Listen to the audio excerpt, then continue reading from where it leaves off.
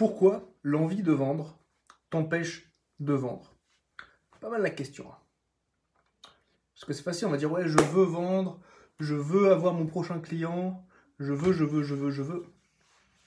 Et tu taffes, mais t'as pas les résultats. Moi, c'est un truc qui m'était arrivé.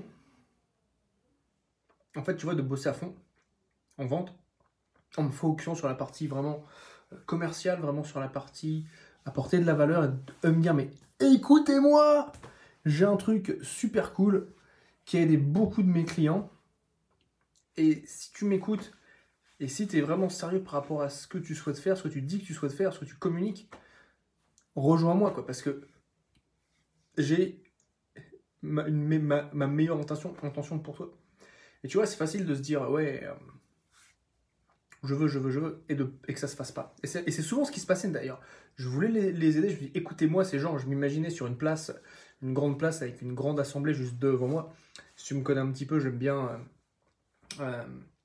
être sur le devant de la scène. Et par contre, tu vois, ça fonctionnait pas. Ça marchait pas. Tu sais, c'est comme si je veux, mais la personne en face, tu vois, il y avait de la résistance. Jusqu'au moment où j'arrive à lâcher prise et me dire, ok, je veux, mais je veux pas parler directement à la personne, je veux le faire de manière globale. Et ce qui se passe, c'est qu'en fait, quand tu veux quelque chose, tu ne vas pas l'avoir. Et ça, tu vas dire quoi? Mais comment ça? Qu'est-ce que tu racontes, Gaël?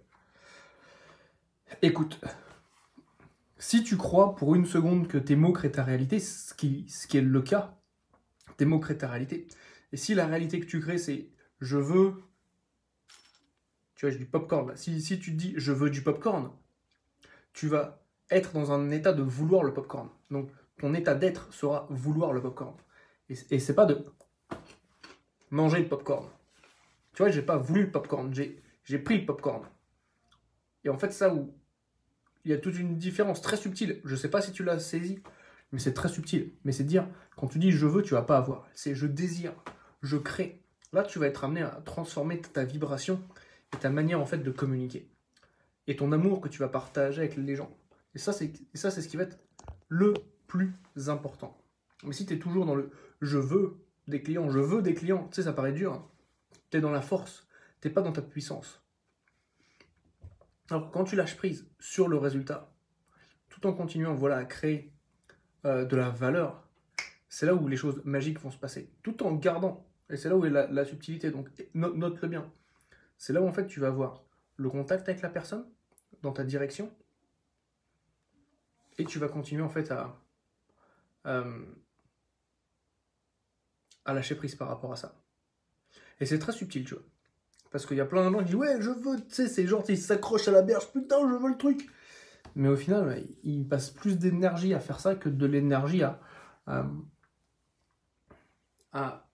apporter de la valeur à la personne. Et ça, c'est vraiment une distinction très subtile qui est importante à saisir. Sinon, c'est facile en fait de rester coincé dans le je veux le prochain client.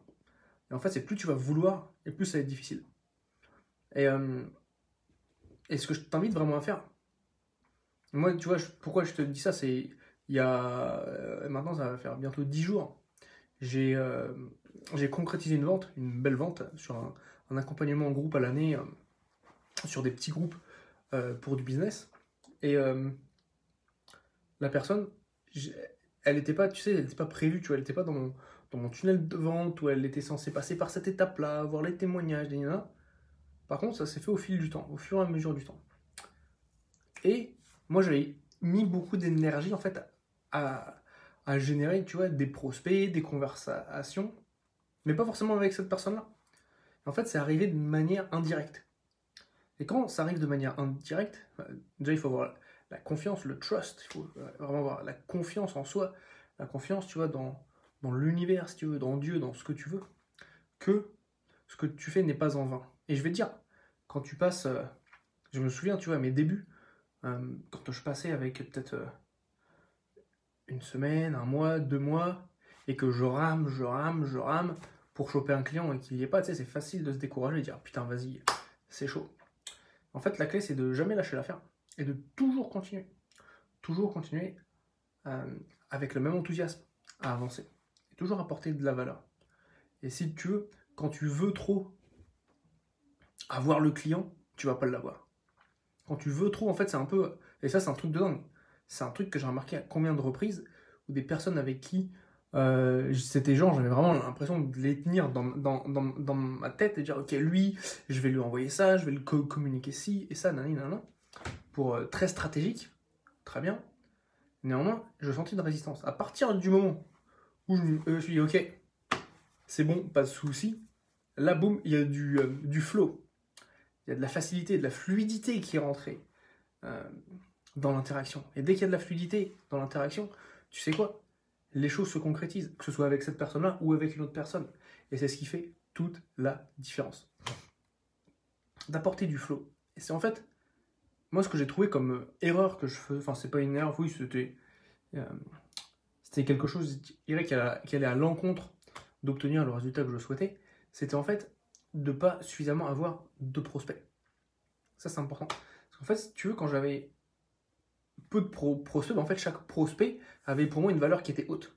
Et me dit, ah, le prospect, il faut que je l'aie. Tu sais, c'est un peu genre, t'es sous la flotte, t'es pris à la gorge, putain, lui, si je le close pas, c'est le bordel. Alors, à partir du moment où je me dis, en fait, c'est cool, zen, je laisse faire. Si ça se fait, ça se fait, ça se fait pas, ça ne se fait pas, ça se fera avec quelqu'un d'autre. Et ben là, les choses se débloquent. Les choses se débloquent et sont débloquées à plusieurs reprises. Paf, ça passe, tu vois, je vois, bam, j'ai un prospect, je me focus sur lui, uniquement sur lui. Si je l'ai pas, c'est la fin du monde. Si je l'ai, wouhou, on est champion du monde. Et alors qu'en fait, non, c'est pas ça. C'est pas l'un ou l'autre, c'est rester, en fait, tu vois, dans la continuité et pas, en fait, être attaché à la personne. Parce qu'en fait, simple. Après, je me suis dit, mais en fait, Gaël, si à la place d'avoir un prospect, t'en avais 10, t'en as pas ce problème de vouloir le vendre à lui. Tu veux vendre en général, tu vas porter tes services en général. Et c'est ça qui fait vraiment, vraiment toute la différence. Donc voilà pourquoi, quand tu veux vendre, la plus grosse erreur, c'est de vouloir vendre. Quand tu veux vendre, c'est pas de vouloir vendre, c'est de créer des communications. C'est d'engager avec les gens, c'est d'apporter de la valeur. C'est de comprendre ton interlocuteur. C'est pas de vouloir vendre. Sinon, en fait, tu te tires une balle dans le pied, tout seul ou toute seule.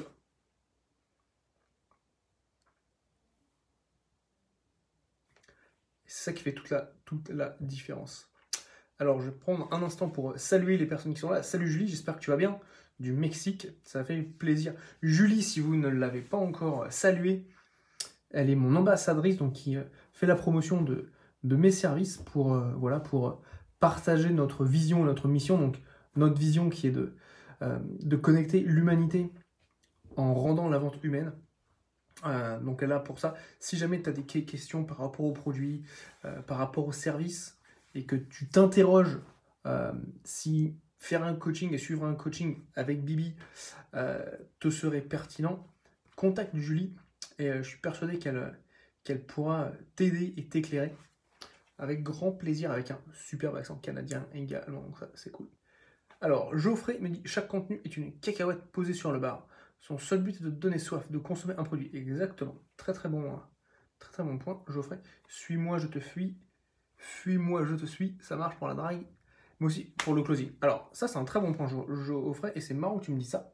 Parce que un de mes clients en coaching de groupe, c'est une personne qui est vraiment très forte dans le domaine de la séduction. Et on était en coaching individualisé avec lui. En séance individuelle semaine dernière. Et en fait, on s'est rendu compte que le closing et la drague, c'est les mêmes principes. Elle était là, mais en fait, mais ouais, mais carrément. En fait, tu te rends compte que quand tu zoomes et que tu prends de la hauteur, zooming out, on dit en anglais, tu prends de la hauteur, en fait, les principes sont les mêmes, peu importe, tu vois, les domaines de vie. Donc absolument, tu as tout à fait raison. Donc messieurs, dames, si vous avez plus de questions, j'y répondrai bien évidemment. Si tu me regardes en replay, mets un petit hashtag replay pour que je sache que tu es là, que je puisse venir te saluer. Si tu as apprécié cette vidéo, mets-moi un petit like, un petit pouce bleu, un commentaire. Et puis si tu trouves le contenu pertinent, que tu penses que ton audience en bénéficierait, appuie sur le bouton partager. Tu vois, c'est pas grand-chose pour toi, mais pour moi, ça va faire toute la différence. Et donc, je t'en serai vraiment reconnaissant. Voilà, mes amis. Passez une bonne fin de journée. Je vous propose de faire de magnifiques ventes. Des ventes simples, tu vois, quand tu t'intéresses à la personne, quand tu cherches pas à vendre, la vente se fera. C'est magique. Quand tu es dans une démarche d'aider l'autre de manière authentique, c'est ce qui va faire toute la différence. Sur ça, je te souhaite une très belle journée. Je te dis à bientôt. Je t'embrasse. Salut.